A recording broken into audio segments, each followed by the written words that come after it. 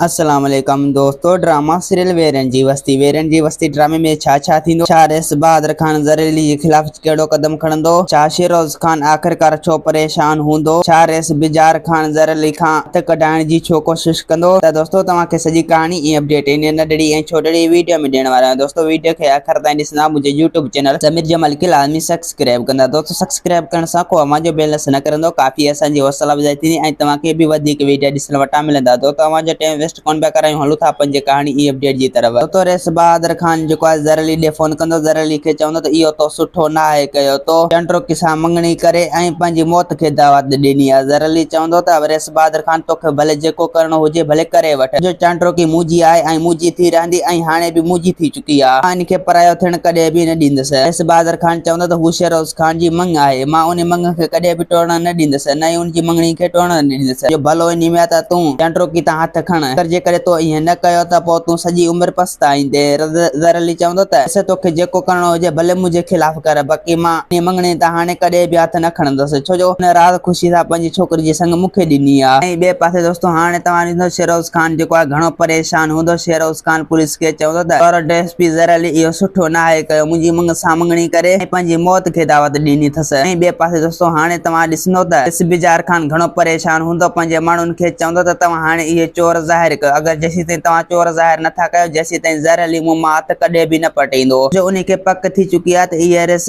Bizarre Khan जा माण्हू हुया। उन जे करे तव्हांखे हाणे उन माण्हुनि खे ॻोल्हणो पवंदो, अगरि जेकर तव्हां उन माण्हुनि खे न ॻोल्हियो त पोइ पुलिस खे तव्हांजो नालो ॾेई छॾींदो ऐं पोइ तव्हां सॼी उमिरि यादि कंदो। ऐं ॿिए पासे दोस्तों हाणे तव्हां ॾिसंदो त साला जेको आहे पंहिंजे पीउ खे चवंदो त आख़िरकार अच्छा शाह मुराद पंहिंजे धीउ जी मंगणी छो टोड़ाई शेरोज़ खान खां। चिबड़ खान चवंदो त असल में शेरोज़ खान ऐं रेस बहादुर खान इहे ॾींगा माण्हू आहिनि, हू इन छोकिरी खे कॾहिं बि सहन कोन हा। दोस्तों उम्मीद आहे कहाणी आई हूंदी, असांखे पसंदि, असांखे ॾींदा हाणे इजाज़त, वरी तव्हां सां मिलंदासीं के नई ईंदड़ वीडियो में। ख़ुदा हाफ़िज़।